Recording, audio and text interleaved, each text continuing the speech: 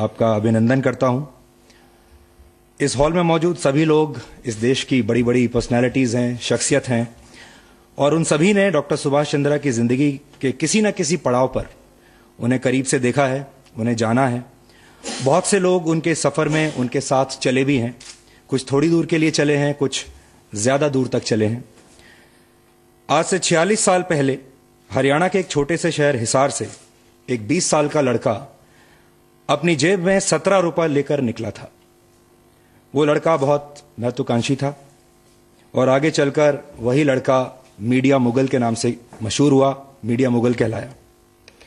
17 रुपए से 17,000 करोड़ रुपए का सफर, ज्यादा भी हो सकता है, कम भी हो सकता है। इस दौरान के संघर्ष, दोस्ताने, अफसाने, अफसोस के पल, कामयाबी के फॉर्मूले, उन्होंने सब कुछ देखा। और सबसे बड़ी बात यह कि पुराने रिश्तों की गर्माहट कैसे ठंडी हो जाती है और अनजान लोग कैसे अपने हो जाते हैं और इस सफर में जुड़ते चले जाते हैं, ये भी उन्होंने देखा। गरीबी का एक अलग संघर्ष होता है, लेकिन बादशाह बनने के बाद भी संघर्ष जारी रहते हैं। बादशाह बनने के बाद संघर्ष अलग हो जाते हैं। इस आत्मकथा में जो डॉक्टर सुभाष चंद्रा ने लिखी है, उसमें आपको ऐसी ढेर सारी कहानियां पढ़ने के लिए मिलेंगी जो शायद जिनसे आप वाकिफ नहीं होंगे अभी तक। कोई भी बड़ी शख्सियत या पर्सनैलिटी अपनी ऑटोबायोग्राफी तब लिखती है जब उसे लगता है कि अब दुनिया को सच बताने का समय आ गया है। और सबसे बड़ी बात यह है कि वो उस कड़वे सच को लिखने की कीमत भी चुकाने के लिए तैयार है। मशहूर लेखक मार्क ट्वेन ने एक बार कहा था, A lie can travel halfway around the world while the truth is putting on its shoes. तो मुझे ऐसा लगता है कि डॉक्टर सुभाष चंद्रा ने भी अब सच के फीते बांध लिए हैं अपने जूते में, और ये सच इस 300 पन्नों की किताब में बंद है। कितना कड़वा है ये सच, ये आप सब लोगों को थोड़ी देर में पता चलेगा। और जैसा कि उन्होंने खुद ही लिखा है, My journey as the wrong man at the right time. Maybe he found himself as a misfit in the existing scheme of things. Maybe he was politically incorrect. और ऐसी बहुत सी politically incorrect बातें शायद हो सकता है उन्होंने इस किताब में भी लिखी हूं, लेकिन politically incorrect रहकर भी, wrong man at the right time होकर भी इस मुकाम तक पहुंचना एक बहुत बड़ी उपलब्धि कही जा सकती है। और वैसे भी किसी ने कहा है, news is what somebody wants to suppress, rest advertising, क्योंकि हम न्यूज के बिजनेस में भी हैं। इस किताब में भी जब आप पढ़ेंगे तो आपको एडवर्टाइजिंग की मात्रा ना के बराबर मिलेगी और न्यूज आपको भरपूर मिलेगी इस किताब में। इस किताब में हर पीढ़ी और हर उम्र के लोगों के लिए कुछ ना कुछ है, चाहे युवा हो या बुजुर्ग। यह आत्मकथा हर किसी को प्रेरणा दे सकती है। और मुझे आपको ये बताते हुए बहुत प्रसन्नता हो रही है, प्रधानमंत्री श्री नरेंद्र मोदी अब से थोड़ी ही देर में इस पुस्तक का विमोचन करेंगे। वो किसी भी समय हमें ज्वाइन कर सकते हैं, लेकिन उससे पहले मैं ऐसी कुछ पर्सनैलिटीज को मंच पर आमंत्रित करना चाहता हूं जिन्होंने डॉक्टर सुभाष चंद्रा को इस सफर में कहीं ना कहीं उन्होंने ज्वाइन किया है, कहीं ना कहीं इस जर्नी को उन्होंने करीब से देखा है। तो सबसे पहले मैं श्री अशोक गोयल जी को मंच पर आमंत्रित करना चाहूंगा। अशोक जी एसएल प्रोपैक के वाइस चेयरमैन और मैनेजिंग डायरेक्टर हैं और डॉक्टर सुभाष चंद्रा के सबसे छोटे भाई भी हैं। उन्होंने डॉक्टर चंद्रा के सफर को बहुत करीब से देखा है और मैं सबसे पहले उन्हीं को आमंत्रित करता हूं मंच पर, ताकि वो अपने कुछ अनुभव आपके साथ शेयर कर सकें। अशोक जी।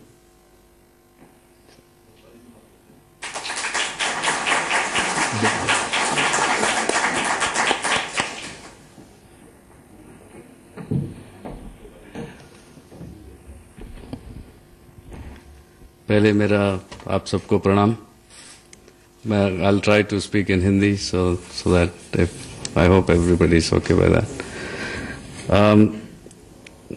आज परिवार में सबसे छोटा होने के नाते जो मुझे जिम्मेवारी सुधीर ने दी है, इसका नोटिस भी मुझे केवल 5 मिनट पहले मिला, जो कि हमेशा मेरे जीवन में होता आया है। और मैं भाई साहब डॉक्टर सुभाष चंद्रा को भाई साहब बोलते हैं हम सब लोग। तो ऐसे ही कई संस्मरण है कि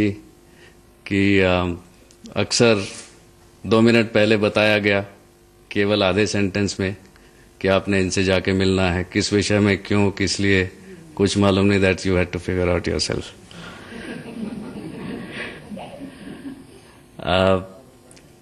आज परिवार के लिए एक ये न केवल गौरव का विषय है, एक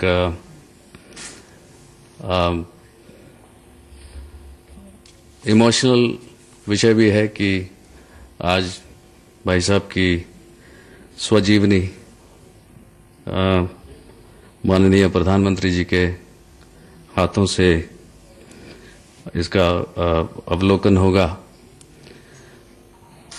माननीय प्रधानमंत्री जी ने इतना समय दिया, जिनका हर पल हर मिनट देश के प्रति समर्पित है, तो उसके लिए मैं पूरे परिवार की ओर से आभार प्रकट करता हूं।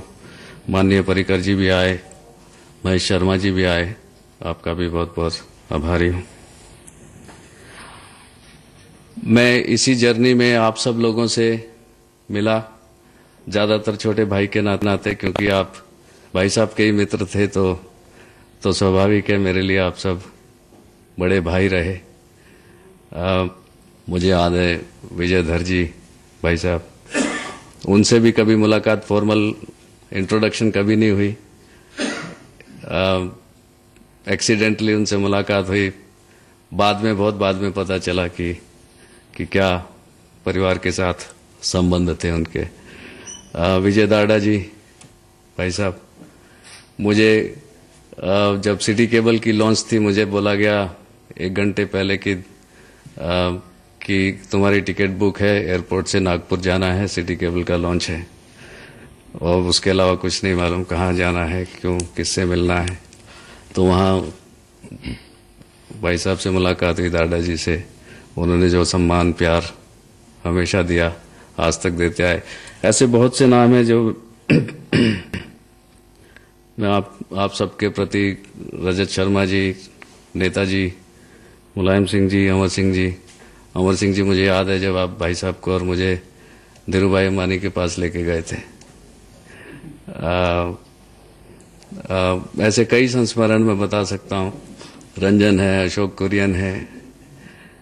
तो मैं आप सबका पूरे परिवार की तरफ से आभारी हूं कि आप इस मौके पर आए। सुभाष जी, जो कि आमतौर पे सुभाष जी के नाम से जाने जाते हैं, आजकल डॉक्टर सुभाष चंद्रा बोलना शुरू हुआ है। नथिंग राइट और wrong, I am just making a statement of fact. परिवार के लिए हमेशा पथ प्रदर्शक, मार्गदर्शक रहे। We always saw him as our father figure. We learnt always lot of things from him, and the spirit that said never say die, and nothing is new. You're supposed to find your way and get things done, is what we all have learned from him.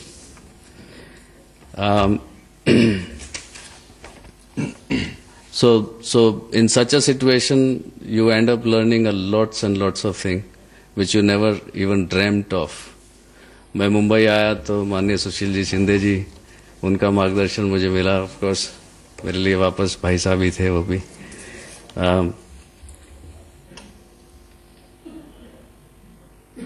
Never say die, वो probably एक शायद हरियाणा के gene में भी है, कि हरियाणा के बारे में एक कहावत है, कल्चर के नाम पे ओनली एग्रीकल्चर। सो शायद वो भी एक कारण हो सकता है कि हम लोग कभी किसी चीज से घबराते नहीं। वो हमने ओबियसली उनसे ही सीखा। एक ट्रू कर्मयोगी के रूप में हमने उनको पाया। उन्होंने काम को हमेशा प्राथमिकता दी, and some time even to the extent of saying, to the extent of a fault of ignoring the family in the process. But nobody had any grudge, because we all understood, we all knew, and that how important the work is, and therefore, as a true karma yogi, as a father figure to all of us, my tribute to him. and respect to all of you. Thank you so much. Thank you Ashok ji. अब मैं Smita Prakash, editor of ANI, उन्हें मंच पर बुलाना चाहूंगा. देश का पहला independent current affairs broadcast Zee TV ने किया था. वर्षों पहले की बात है और स्मिता जी उस ब्रॉडकास्ट का चेहरा थी. यानी आप कह सकते हैं कि जी टीवी पर जो पहला चेहरा इस देश के लोगों ने देखा था वो स्मिता जी का चेहरा था.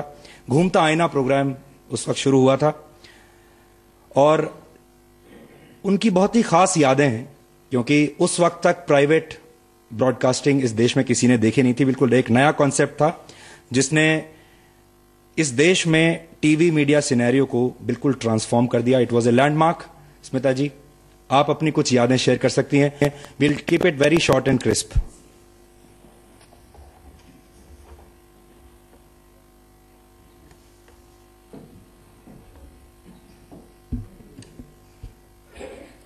Respected Subhash ji, dignitaries and fellow journalists, as we gather for Dr. Subhash Chandra ji's book release, as a member of the media fraternity and the broadcasting industry, it gives me great pleasure and pride to see Subhash ji pen his experiences, his life's experiences. Subhash ji is a true Indian hero because there's no other term to describe a man who can create thousands of jobs in a developing country like ours. His success in other businesses is well known, but it was in 1992 that he decided that India needed its own private TV channel, and he made it happen. It wasn't easy those days, as you can well imagine, but I'm not going to reveal about all that. I'm sure you'll read it in the book. But he's a pioneer. He forged ahead and created a path which many of us sitting out here, we tread that path which he forged. I had the good fortune of anchoring the first non-government TV news roundup on ZTV, and the show was called Ghumta Aina, as he said just now. And I told Subhash ji that I'm a South Indian, मैं हिंदी नहीं बोल सकती, अंग्रेजी में करने दीजिए show. And he said, नहीं करो, सीख जाओगी. And that's how he is. He's always been. He just like said, do it. So what was essentially my weakness became my strength. I became a bilingual journalist, which in those days was something new. Of course, later, several hundreds and thousands of journalists were created just like that. He got journalists, family, friends, everybody into the media with that kind of an encouragement. Shuru ho jao, seekh loge, kar loge. A true team leader and a team builder. Over the years, we all went our separate ways, but we stayed together because, you know, nobody can really leave or wants to leave the warm and caring fold of Subhashji's family. He knows how to build bridges. He knows how to seek and encourage others to seek out new horizons. Subhashji, may your empire grow and may you continue to inspire young Indians to achieve more than they can imagine for themselves. And like I used to sign off in Ghumta Aina for more than 10 years, thank you, good night, Shab Khair.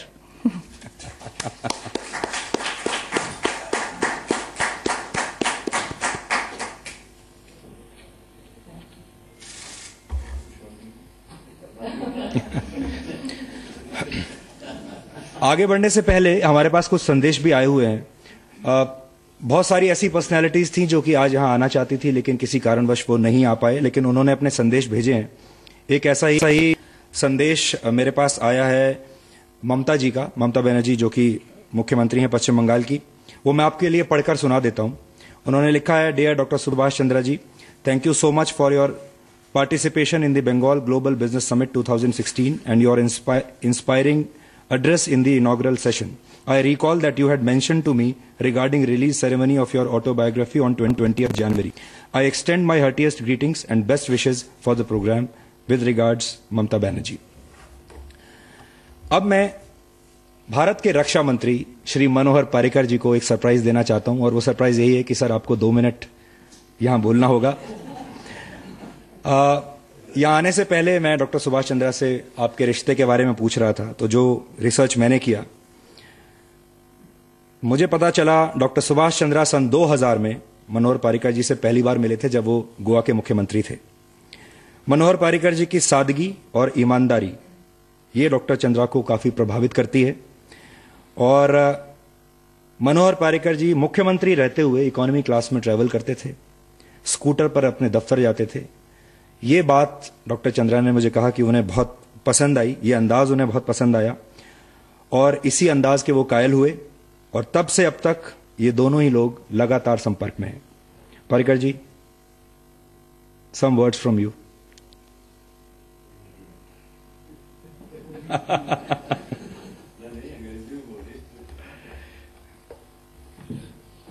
Thanks. All the dignitaries, I'm not saying on the dais, off the dais. I never expected that I would be asked to speak. Sir, लेकिन कोशिश करता हूँ sudden attacks होते हैं वो ऐसे ही होते हैं। क्योंकि मैं जी टीवी की और डॉक्टर सुभाष चंद्र की एक I am his fan. I will tell you the reason of it. I was chief minister of Goa. We met. Nothing happened. Then I was dismissed one day as the chief minister of the state. And one fine morning I got a message जिसमें कहा गया कि वो मुझे मिलना चाहते हैं और ओपोजिशन के पोजीशन में वो पहले बार मेरे पास 1-to-1 बात करने के लिए आए. कोई मिलना चाहता है और वो भी मीडिया मोंगल हो तो चीफ मिनिस्टर होते हैं उस समय आते. और उन्होंने मेरे पहले शब्द कहा कि मैं कुछ काम के लिए नहीं आया और काम के लिए तुम्हारे पास नहीं आऊँगा.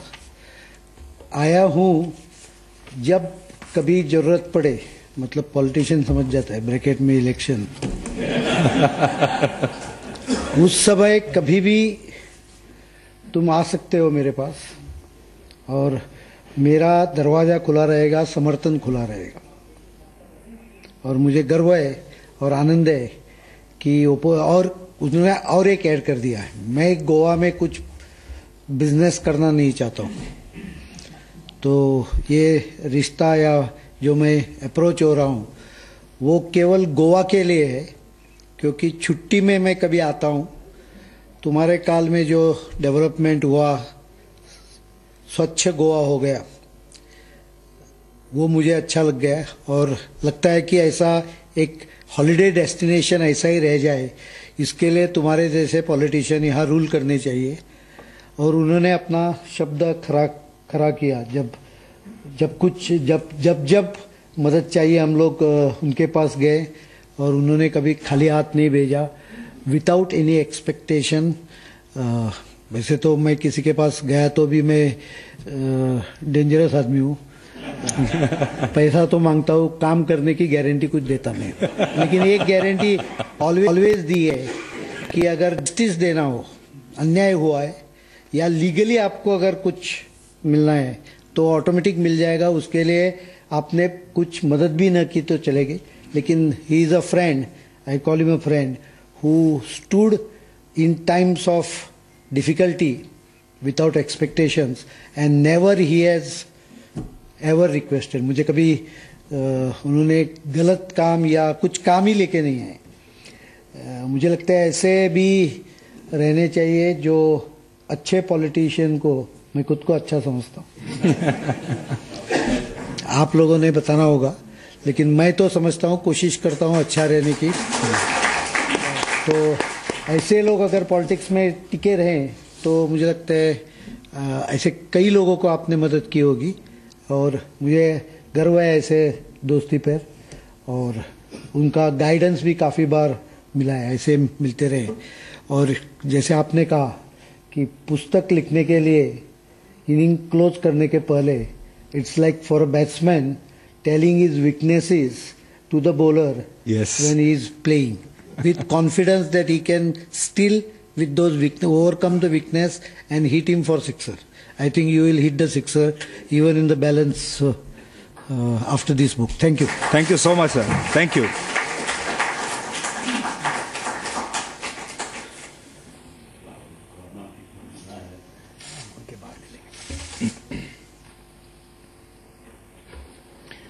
अब मैं मंच पर मुलायम सिंह यादव जी को आमंत्रित करना चाहता हूं. नेताजी से डॉक्टर सुभाष चंद्रा की मुलाकात 1990 में हुई थी और पहली मुलाकात में ही दोनों की केमिस्ट्री बहुत जबरदस्त तरीके से जम गई थी। और एक कनेक्टिंग फैक्टर जो था वो ये था कि नेताजी ने अपना करियर एक साइकिल से शुरू किया था और डॉक्टर सुभाष चंद्रा की जेब में भी शुरुआत में 17 रुपए ही थे। सो आर्थिक संसाधनों की जो कमी थी, that was common between both of them and I think that's why they hit the chemistry. Sir. सभी सम्मानित उपस्थित भाइयों बहनों, सबसे पहले मैं सुभाष चंद्र जी को बहुत बहुत बधाई देना चाहते हैं। जो 17 रुपया लेकर के आप आज तक आ गए, 17 करोड़ के एक अच्छे इंसान बन गए। जिसकी इच्छा शक्ति है, संकल्प शक्ति और साहस, अगर 3 गुण लेकर के चलेगा तो चाहे कितनी कठिनाइयों में हो वो आगे बढ़ सकता है।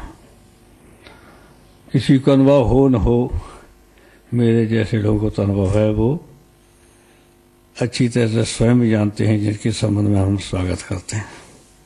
इन्होंने मेरे सब दिन देखे हैं, लेकिन आपने जिस तरह से निर्विवाद होकर के अपनी पत्रकारिता में जो काम किया है वो बेमिसाल है। बहुत सारे लोग हैं जिन पर टिप्पणी की जाती है, किसी को आरोप लगता पक्षपात होता ही होता, लेकिन यह हमारे देश में सफल लोकतंत्र है तो मीडिया का बहुत महत्वपूर्ण भूमिका है। इसमें आपने बहुत अच्छा काम किया भी है और हमारे तो जाने कितने इंटरव्यू लिए, और तब इंटरव्यू लिए जब मेरा कोई ज़्यादा राजनीति में कोई सुविख्यात नहीं थे, कुछ भी नहीं थे, तब इंटरव्यू हमारा लेते थे आप। अब हमारे देश में जो लेखक हैं, चाहे वो पत्रकार में हो, किसी तरह हो, आज वर्तमान स्थिति जो है उस स्थिति पे लेख कमा रहे हैं। हमारी आंतरिक स्थिति क्या है, सीमा की स्थिति क्या है, अंतर्राष्ट्रीय स्तर पर हम कहाँ हैं, अगर ये जब सब लेख आएंगे, कम आ रहे, कुछ तो लिखते हैं, कभी कभी थोड़ा बहुत पैराग्राफ लिख भी देते, आप भी लिख देते हैं, लेकिन ये देश के लिए सबसे बड़ी एक चुनौती है। जब हमारा देश आगे बढ़ रहा है तो बहुत सारे लोगों को देशों में भी मैं देख रहा हूँ, आपके विकास और आपके बढ़ने का उनको अच्छा नहीं लग रहा। जबकि हमारा देश जनसंख्या के आधार पर बड़ा है, ये नहीं केवल, जितना मेहनती देश हिंदुस्तान है इतना दुनिया में एक भी नहीं है, जहाँ पर इतने हाथों से मेहनत करके आगे बढ़ रहे हैं। इतने कहीं हाथ काम नहीं कर रहे हैं जितने आज हिंदुस्तान के अंदर। चीन में पहले करते थे, लेकिन धीरे धीरे चीन के बजाय आज हिंदुस्तान में सबसे ज़्यादा हाथ का काम है, मेहनत का काम, वो है किसान। और किसान के बिना समृद्ध देश नहीं हो सकता है, चाहे कितनी इस पर बहस कर लो, चाहे सहमत हो चाहे सहमत हो। क्योंकि आज अमेरिका है, अमेरिका खेती के बल पर, किसानों की मेहनत के बल पर आज संपन्न बना है।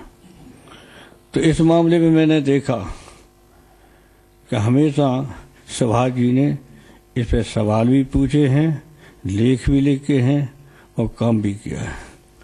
इसलिए मुझे खुशी है कि हाँ, सभी सम्मानित देश के माने जाने अपने अपने क्षेत्र के लोग बैठे हुए हैं, वो भी सोचेंगे हमारे देश की हालत के लिए। क्योंकि जहाँ हम लोग एक तरफ संपन्न हो रहे हैं, वहाँ एक आध कहीं मौत भूख के कारण हो जाती है, तो हमारे देश के लिए बहुत शर्म की बात है। खेतिहर देश है, किसानों का देश है, किसान सबसे ज़्यादा संख्या में है। आज भी 65% किसान है खेती जो करता अपने हाथ से, 65%।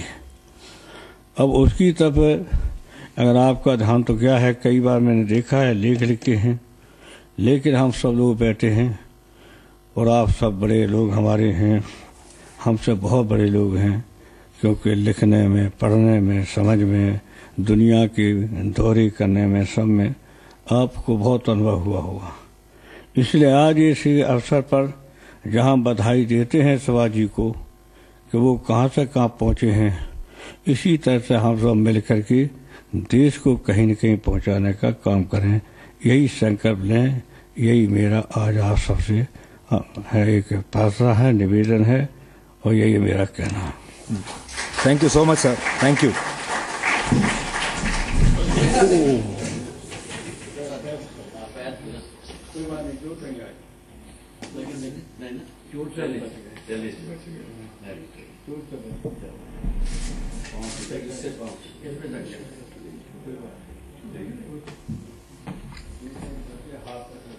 अब मैं एक और खास मेहमान को मंच पर आमंत्रित करना चाहता हूं और उनका नाम है श्री सुशील कुमार शिंदे। शिंदे जी से बहुत पुरानी दोस्ती है डॉक्टर सुभाष चंद्रा की। पहली मुलाकात 1982-83 में हुई थी और उस जमाने में डॉक्टर सुभाष चंद्रा राजीव गांधी से मुलाकात करने तब जाया करते थे। उस दौरान ये मुलाकात हुई और शिंदे जी से डॉक्टर सुभाष चंद्रा की जो दोस्ती है वो शरद पवार से उनके मिलने से भी पहले की है, जबकि शरद पवार जी शिंदे जी के पॉलिटिकल गुरु रहे हैं। तो इतना जो पुराना रिश्ता है, मैं चाहूंगा कि शिंदे जी आएं और शेयर करें हमारे साथ।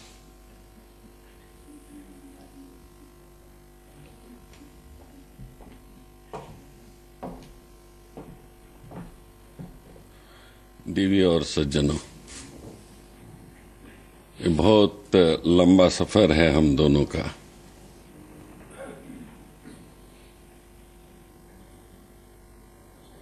मैं जब 80 से राजीव जी के पास आता था और मेरे, जिनका नाम अभी ले लिया शरद चंद्र जी, उनको छोड़ के, वो पार्टी को छोड़ के कांग्रेस में मैं आया था और सत्ता पे नहीं था, तभी से हम मिलते हैं। कभी शाम के गजल में मिलते थे, कभी दिन में उनके ऑफिस में वर्ली के जाके मैं सत्ता पे होते हुए भी बैठा करता था। लेकिन उनमें जो एक शिक्षक है, मैं उसकी तारीफ करता हूं कि जो टीचर है, जो हमेशा चाहते थे कि देश का जो हमारा युवक है वो ऐसा शिक्षा पाए कि खुद के पैरों पर खड़ा रहे और अपने आप को बनाए, अपने घर को बनाए, अपने देश को बनाए, प्रांत को बनाए। अभी अभी सीमा जी ने बताया तो मुझे वो दिन याद आ रहे थे कि आपके पास जो कोई युवक आते थे, काम करते रहो, आप आगे बढ़ेंगे, इस तरह का एक कॉन्फिडेंस वो देते रहे हमेशा। और आज सीमा जी ने इतना अच्छा बताया कि भाषा हिंदी नहीं है, तमिलनाडु से आई, लेकिन आज हिंदी पे इतना उन्होंने एक कॉन्फिडेंस बताया है और ANI की चीफ बनी है। ये आसान बात नहीं है। तो आज जो भी हम टेलीविजन पे हर इतवार को आपका प्रोग्राम देखते हैं और जो हमारे युवक आपको पूछते हैं सवाल की डिफिकल्टियां पूछते हैं, और इतना ही नहीं, कहीं यंग लोग आत्महत्या की ओर चले रहे थे, उनको विश्वास देके इस देश का एक अच्छा नागरिक बनाना, और चाहे वो फिनांसेस में हो, चाहे राजनीति में हो, चाहे एडमिनिस्ट्रेशन में हो, उसे अपने पैरों पर खड़ा रहने का जो आपने जो आत्मविश्वास दिया है, मैं समझता हूं कि जर्नलिज्म का सबसे बड़ा महत्वपूर्ण काम है कि आगे आने वाली पीढ़ी को एक विश्वास दे दे और विश्वास से देश चलाने का भी तंत्र और मंत्र दे दे।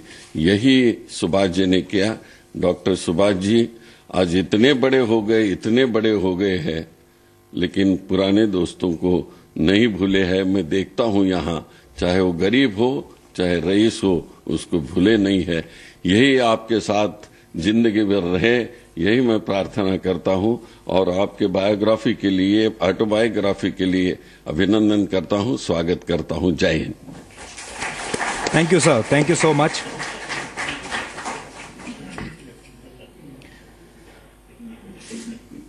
प्रधानमंत्री श्री नरेंद्र मोदी अब किसी भी वक्त हमारे बीच में आ सकते हैं, लेकिन इससे पहले कि वो आए, मैं एक संदेश और आपको पढ़कर सुनाना चाहता हूं, जो कि लालू प्रसाद यादव जी की तरफ से आया है, राष्ट्रीय अध्यक्ष राष्ट्रीय जनता दल के। उन्होंने लिखा है, मुझे जानकर अति प्रसन्नता हो रही है कि मेरे मित्र श्री सुभाष चंद्र जी के जीवन पर आधारित किताब my journey as the wrong man at the right time का विमोचन होने जा रहा है। श्री सुभाष चंद्र का जीवन संघर्ष से भरा रहा है। जीवन के कठिन पलों को इन्होंने हंसते हंसते पार किया है। इनकी नई किताब समाज के लिए पथ प्रदर्शक का काम करेगी। इनकी नई रचना नई पीढ़ी को जीवन के संघर्ष में मुकाम तय करने के लिए प्रेरित करती है, जिससे हम अपना निर्धारित लक्ष्य आसानी से प्राप्त कर सकें। श्री सुभाष चंद्र जी को दीर्घायु जीवन की कामना करता हूं, साथ ही नई किताब के लिए उन्हें ढेर सारी शुभकामनाएं भी देता हूं। ये लालू जी का संदेश है। और जब तक वक्त है, मुझे लगता है मैं एक मैसेज और आपको पढ़कर सुना सकता हूं। यह आया है चंद्रबाबू नायडू जी की तरफ से, जो कि आंध्र प्रदेश के मुख्यमंत्री हैं। उन्होंने लिखा है, imparting his bold and courageous attitude to instil confidence among young budding businessmen of the country, Dr. Chandra constantly engages in talks with the youth and sharing his knowledge and understanding of the business scenario, encouraging them to dream and shape them into reality. During a recent interaction with him, Dr. Chandra expressed his company's interest in investing in Andhra Pradesh. I would like to appreciate his readiness to partner with the state in various developmental projects. I wish him many more years of success in life, good health and happiness in the years to come, and hope he crosses several milestones. Regards, Chandrababu Naidu. ये 3 message थे जो हमारे पास आए थे, मैंने अभी आपको पढ़कर सुनाए हैं। अब हम इंतजार कर रहे हैं प्रधानमंत्री श्री मोदी का, लेकिन उससे पहले, क्योंकि ज्यादातर आप में से बहुत सारे लोगों ने ये बुक अभी नहीं पढ़ी होगी, मैं आपके साथ कुछ शेयर कर सकता हूं। मैंने उस किताब के कुछ अंश पढ़े हैं, मुझे लगता है काफी एक्सप्लोसिव किताब है। और सबसे बड़ी बात यह है कि किसी भी व्यक्ति के लिए जब वो अपनी बुक लिखता है, सबसे बड़ी बात यह होती है कि क्या जीवन में जो कुछ अच्छा या बुरा हुआ, जहां उनकी मजबूतियां दिखती हैं और जहां कमजोरियां दिखती हैं, क्या आप सब कुछ साफ साफ लिखने के लिए तैयार हैं। हमें लगा कि उन्होंने सब कुछ साफ साफ ऑनेस्टली लिखा है, और ये एक बहुत ही इंटरेस्टिंग रीड रहने वाला है जब आप इस बुक को पढ़ेंगे। मैं अगले वक्त को असल में बुला सकता था, लेकिन अब मुझे ऐसा लगता है कि जैसे ही प्राइम मिनिस्टर आएंगे उससे पहले कहीं कोई इंटरप्शन ना हो जाए, इसलिए हम लोग थोड़ा रुके हुए हैं। I think let's wait for the honourable prime minister. He might, या let's take a break, television की भाषा में जिसको हम कहते हैं, let's take a short break. लेकिन यहां विज्ञापन नहीं है चलाने के लिए।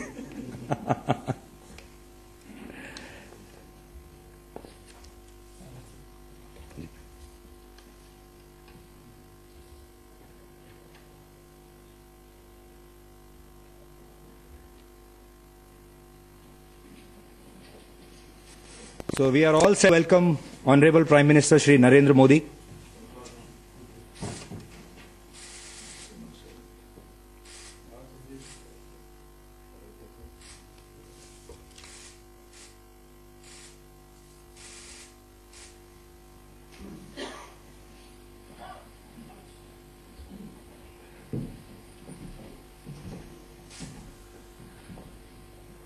Thank you so much, sir.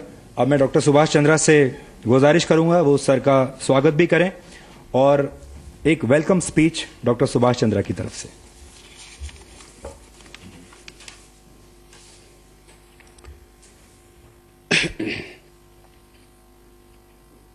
सबसे पहले तो मैं अपने दादा दादी, पिता माता, गुरुजनों सबकी चरण वंदना करते हुए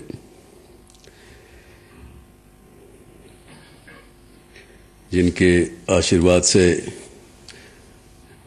हिसार से यहाँ का सफर तय किया, साथ में अपने भाइयों का और अन्य परिवार के सदस्यों का और नेक्स्ट जनरेशन के लड़कों का भी, बच्चों का भी साधुवाद कहता हूं कि जैसा आपने अशोक को सुना, हर पल मेरी जायज नाजायज बातें स्वीकार की और मेरा साथ दिया।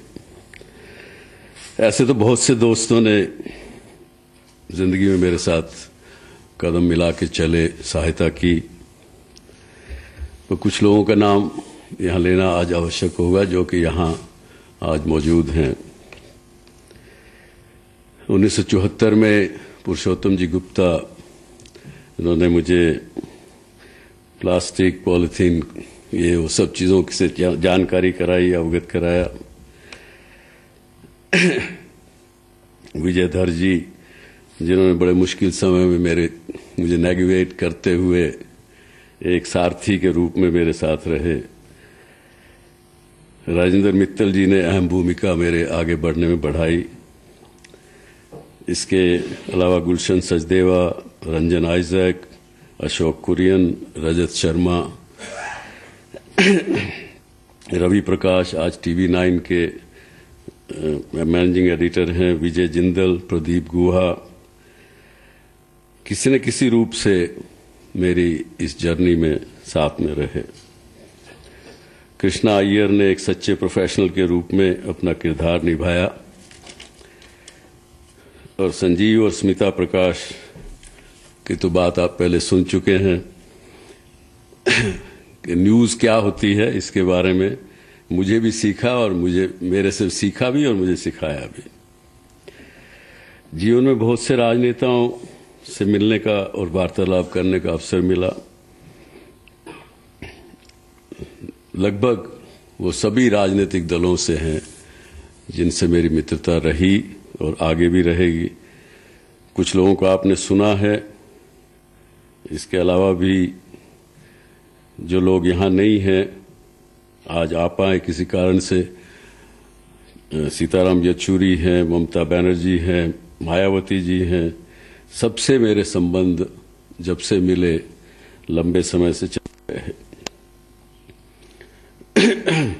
बहुत से मेरे बैंकर मित्र आज यहाँ हैं जिन्होंने हमें आगे बढ़ने में सहायक के रूप में हमारा साथ दिया, उनका आभारी हूं। मीडिया जगत के लगभग सभी मीडिया ओनर्स यहाँ हैं। मैं समझता हूं कि अगर सबकी पब्लिशिंग की अगर जोड़ किया जाए, लगभग 70 से 75% मीडिया के ओनर आज यहाँ इस सभागार में मौजूद हैं। इन सब से मैं सीखा हूं काफी कुछ मीडिया में और भी समय में, उन सब का आभारी हूं। विशेष रूप से कल्लीपुरी, शमित भरतिया, अनंत गोयनका, ये नई पीढ़ी के लोग जो अभी कुछ समय से ही मीडिया जगत में आए हैं और आगे बढ़ेंगे। और भी जितने मेरे मित्र गणमान्य व्यक्ति यहाँ हैं, सबका बहुत आभारी हूं। आदरणीय प्रधानमंत्री जी श्री नरेंद्र भाई मोदी, उनको मैं तहे दिल से आभार प्रकट करता हूं कि उन्होंने मुझे इस पुस्तक का विमोचन, लोकार्पण करने के लिए बड़ा सहर्ष स्वीकार किया। आपको शायद ये नहीं होगा जी, मोदी जी 18 अगस्त 2001 को, लगभग 15 वर्ष पहले, इसी सभागार में आपकी एक पुस्तक आपके द्वारा लिखी गई सेतुबंध नाम की रिलीज की गई थी तत्कालीन प्रधानमंत्री अटल बिहारी वाजपेयी जी द्वारा। मैं तो बड़ा एक किस्म से नया नौसिखिया कहिए या बचपना कहिए, अनायास मुंह से निकला कि मोदी जी आज आपकी किताब यहाँ रिलीज हो रही है, किसी दिन मेरी किताब यहीं पे आपसे रिलीज कराऊंगा।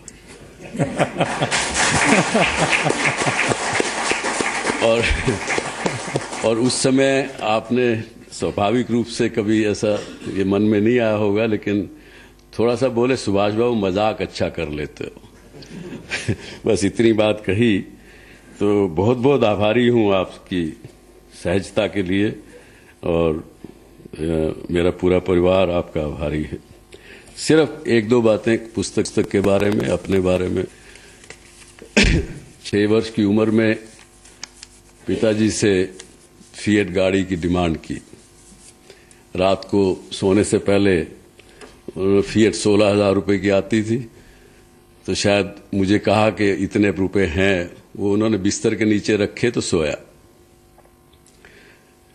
लेकिन वो इच्छा पूरी 21 साल की उम्र में खुद की एक सेकेंड हैंड फिएट खरीद के। कहने का मकसद केवल एक यही भाव कि अगर फोकस और डिटर्मिनेशन अगर है तो जिंदगी में सफलता मिलेगी ही मिलेगी।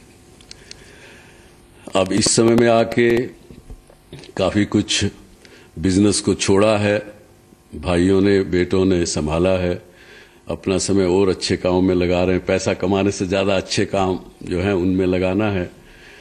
तो फिर भी मैं उनको यही कहता हूं कि काम ऐसे ही करो जिससे समाज और देश का कुछ अच्छाई हो, अच्छा भला हो, उससे आगे बढ़ें।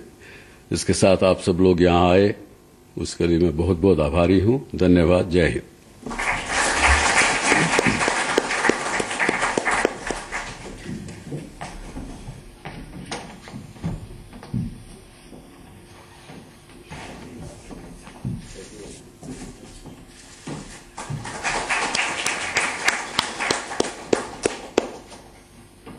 अब मैं प्रधानमंत्री श्री नरेंद्र मोदी से निवेदन करूंगा कि वो डॉक्टर सुभाष चंद्रा की ऑटोबायोग्राफी आत्मकथा को रिलीज करें। My journey as the wrong man at the right time, but I think Prime Minister is the right person at the right time.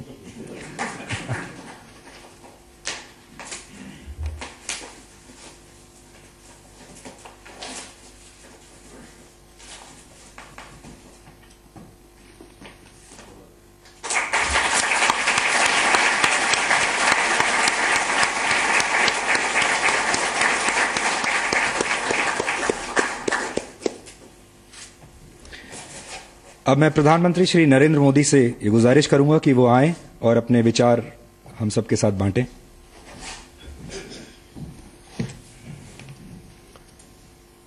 श्रीमान सुभाष जी, आदरणीय मुलायम सिंह जी, श्रीमान शिंदे जी, यहाँ उपस्थित सभी वरिष्ठ महानुभाव,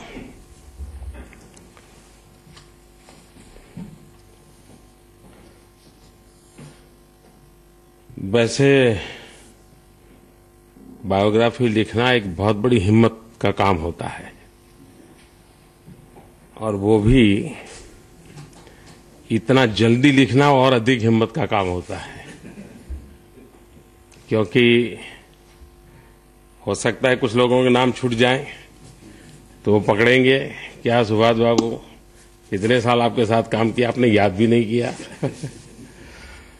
तो ये थोड़ा रिस्की काम है, लेकिन सुभाष जी में रिस्क लेना स्वभाव में है।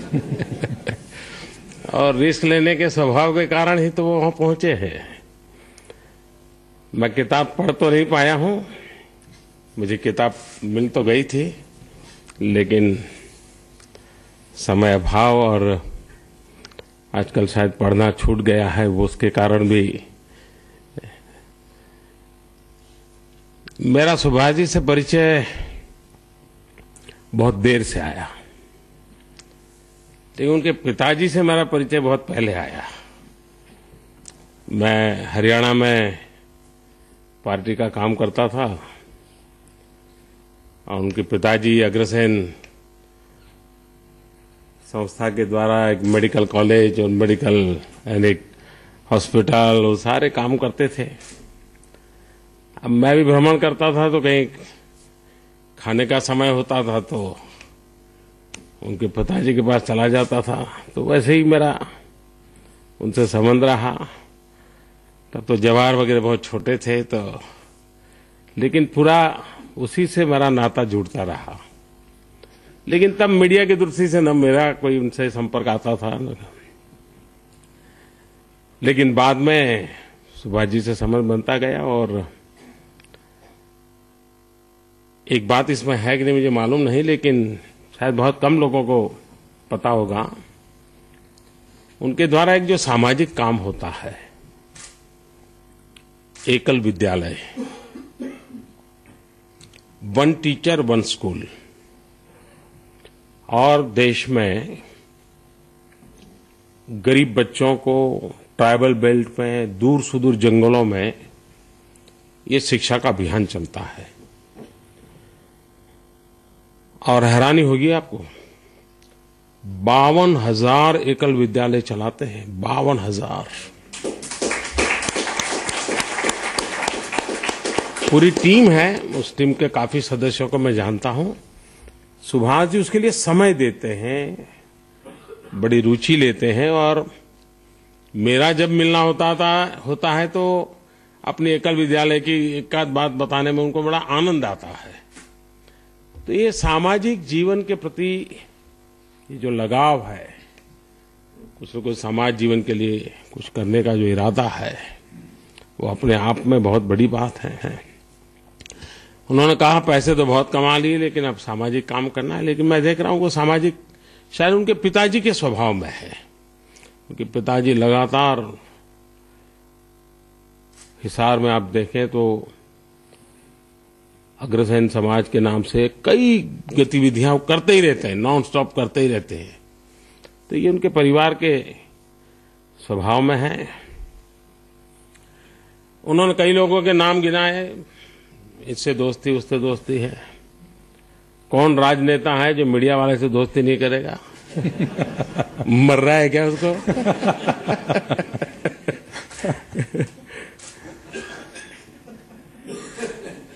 कुछ पहले से भी है। लेकिन सहज है, मीडिया जगत के लोगों का अगर संबंध व्यापक नहीं होता है तो उनकी इंफॉर्मेशन चैनल बहुत कुंठित हो जाती है। और अगर इंफॉर्मेशन चैनल कुंठित हो गई तो फिर तो ब्रॉडकास्टिंग का काम ही नहीं हो सकता है। और इसलिए उनके वैविध्यपूर्ण संबंध, वैविध्य प्रकार के लोगों से मिलना जुलना, ये उनके लिए बड़ा सहज होता है। लेकिन सुभाष जी को मैंने कभी तनाव में नहीं देखा। आपने देखा होगा वो कई वर्षों से ऐसे ही दिखते हैं, वो बड़े प्रसन्न रहते हैं और अपनी गाड़ी चलाते रहते हैं। ये जरा कठिन काम होता है। एक बार हमारा काफी उनसे झगड़ा भी हो गया, बहुत शायद टेलीफोन पर ही हमने काफी उनसे नोकझोंक कर ली थी। हुआ था ये कि मुशर्रफ आगरा में आए थे और जी टीवी पर जो आजकल शाम को जो चौराहा चलता है वो उस समय तो बहुत पॉपुलर हुआ करता था। और टीवी डिबेटों के लिए लोगों को उठा उठा करके नहीं आज तो मेरे यहाँ आना, ऐसा था। आज तो वो स्थिति नहीं है, काफी उसका रूप बदल गया है। तो हम जी टीवी के स्टूडियो में बैठे थे और उनके एक पत्रकार ने आगरा से, अब तत्काल रिपोर्टिंग करना तो वो बेचारे, उसका भी कोई दोष नहीं है क्योंकि वो उनको एडिटिंग का समय तो मिलता नहीं, वो सामने खड़े हो गए तो कुछ बोलना होता है। तो उन्होंने कहा कि अब तब मीटिंग पूरी हो चुकी थी, कोई बात बनी नहीं थी, लेकिन उनका जो रिपोर्टर का वाक्य था वो बहुत ही परेशान करने वाला था। उन्होंने कहा कि भारत ने सारी बाजी बिगाड़ दी, दैट टाइप ऑफ वर्ड। अब हम स्टूडियो में थे, अब हमें तो मालूम नहीं था हमको कभी चुनाव लड़ना पड़ेगा, और वरना तो हम थोड़े संभल के चलते। उस समय तो ऐसा कुछ था ही नहीं सामने, तो हिम्मत कुछ और रहती थी। मैं वहीं पर बोला, मैंने कहा भाई मुझे पहले समझाइए कि मैं जी टीवी के स्टूडियो में बैठा हूं कि पी टीवी के स्टूडियो में बैठा हूं। ऐसा मैंने सवाल किया था, क्योंकि पाकिस्तान का बड़ा पॉपुलर टीवी चैनल था पी टीवी। क्योंकि वो जो भाषा पत्रकार बोल रहा था, तो मैंने कहा आप तय करो भाई, मैं जी टीवी में बैठा हूं पी टीवी में बैठा हूं। खैर जो स्टूडियो में जो बैठे थे सीनियर थे तो वो समझ गए कि मामला बिगड़ गया है। उन्होंने इसको लिपापोती करने की बड़ी कोशिश की, लेकिन हम लोगों को ऐसा मौका बहुत कम मिलता है। तो हमने लिपापोती नहीं होने दी। बात को खींचते रहे हम। फिर बाद में मैंने सुभाष जी को फोन किया। मैं कहा, क्या सुभाष जी क्या कर रहे हो आप लोग, कहां ले जाओगे देश को? तो मुझे बराबर उनसे उस दिन, लेकिन ऐसे ही सुन रहे थे वो, आवाज में कोई फर्क नहीं, मेरी आवाज थोड़ी ऊंची भी थी। तो एक पल तो मुझे लगा यार पत्थर पे पानी है, मैं इतना कह रहा हूं आदमी को कुछ नहीं हो रहा है। लेकिन बाद में मैंने देखा कि उन्होंने इस विषय को हाथ में लिया, काफी बारीकी से इसकी जांच पड़ताल की और काफी सूचनाएं भेजी। और कहने का मेरा तात्पर्य है कि वो संतुलित रहना ऐसे, क्योंकि मीडिया वालों और राजनीति दो क्षेत्र ऐसे हैं कि इमरजेंसी कभी भी आ जाती है, और इमरजेंसी आए तो फिर स्पर्धा भी रहती है। तो इसमें तो स्वाभाविक है तनाव रहता है, लेकिन उसमें संभाल करके काम करना बड़ा कठिन होता है। सुभाष जी को उस रूप में मैंने देखा है। सुभाष जी कहां निकले थे, कहां पहुंचे, वो शायद सुभाष जी को भी अंदाज नहीं होगा, ऐसा मुझे लगता है। क्योंकि जैसे शुरू में प्लास्टिक से शुरू किया और अब यहां तक पहुंच गए, तो हर वक्त उनके किसी न किसी काम ने उनके लिए रास्ते बनाता गया होगा, ऐसा मैं अनुमान करता हूं। एक टारगेट तय किया होगा, उस रोड मैप पे चल दिए होंगे, ऐसा शायद नहीं हुआ होगा। और ये समय के अनुसार जीवन को ढालना, हर बदलती परिस्थिति में अपने आप को उपयुक्त पाना, इसके लिए एक अलग प्रकार की विधा लगती है जीवन में। एक सेट व्यवस्था में काफी बड़े बन जाना और बड़े बन जाना संभव होता है, लेकिन आप कहीं एक जगह पे थे, फिर कहीं और चले गए, फिर तीसरी जगह पे चले गए, फिर चौथी जगह पे, लेकिन हर जगह पर अपने आप को उपयुक्त पाया, ये बहुत बड़ी बात होती है। और मैं मानता हूं कि सुभाष जी ने उस विधा को प्राप्त किया हुआ है, जिसके कारण ये संभव हुआ है। मैं अभी भी मानता हूं कि किताब समय से बहुत पहले आई है। वैसे उनका लिखा है wrong man at the right time.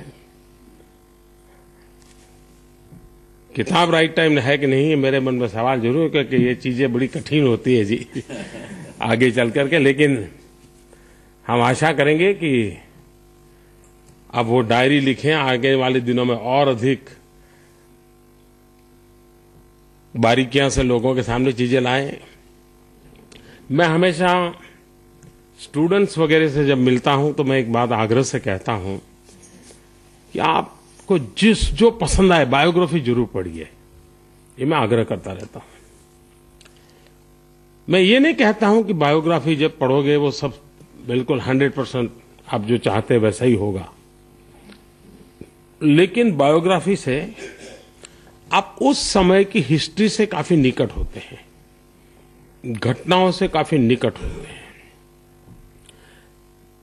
उस घटनाओं का मूल्यांकन एकदम तराजू पर तोल करके सही होगा ऐसा नहीं है, जिसने लिखा होगा उसके दृष्टिकोण होगा, लेकिन आप इतिहास के साथ जर्नी कर सकते हैं।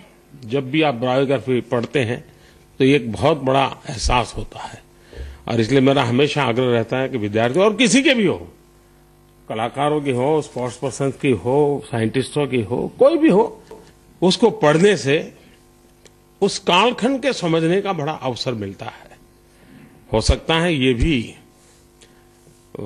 ऐसे स्टूडेंट मैं नहीं जानता इसमें उन्होंने अपनी जर्नलिज्म की यात्रा का कितना लिखा है, वरना जर्नलिज्म के स्टूडेंट्स को तो जरूर ज्यादा काम आ सकती है ये। तो मेरी सुभाष जी को बहुत बहुत शुभकामनाएं और आप सभी महानुभाव पधारे, आपका बहुत बहुत धन्यवाद। Thank you.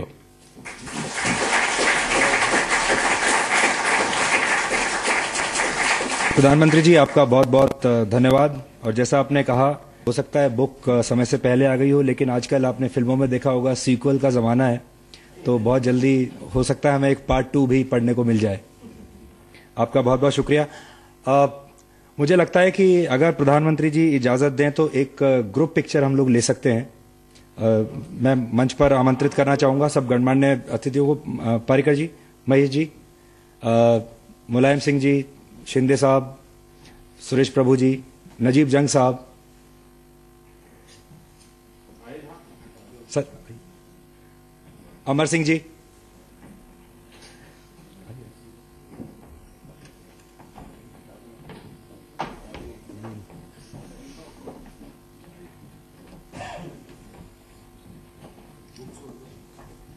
do you have more books?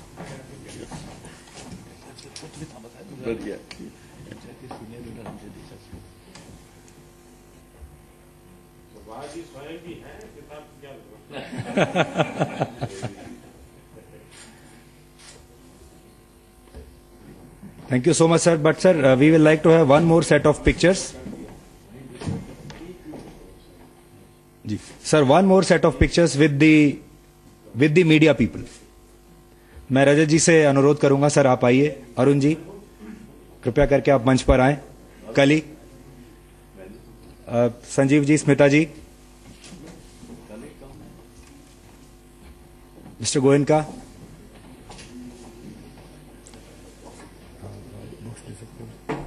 Kartikeya ji, Anurag, mister विजय डाडा जी, और मैं अनुपम जी और अक्षय जी और मधुर भंडारकर से भी गुजारिश करूंगा कि कृपया वो भी मंच पर आएं।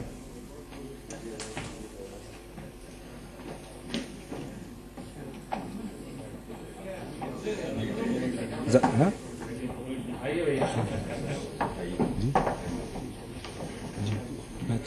मिस्टर मैथ्यूज बोला जी। वालों को बुला रहे। अरे सुरेश जी रह गए। सुरेश जी, मिस्टर मैथ्यूज, चौहान के साहब आपको कह रहा हूं। माफ कीजिए, मेरी भूल है।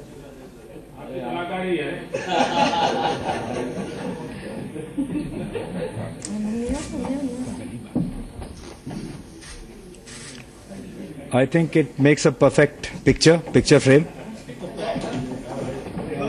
Thank you so much, sir. And now we'll disperse for high tea.